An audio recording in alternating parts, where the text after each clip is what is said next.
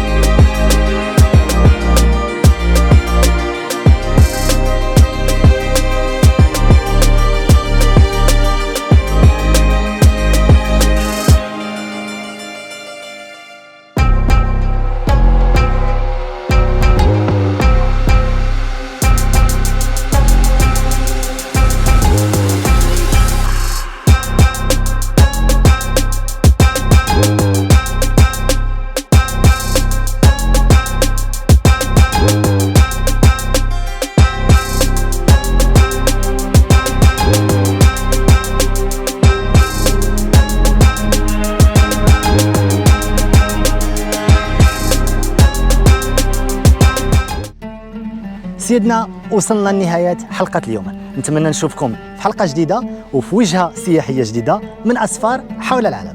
إلى اللقاء.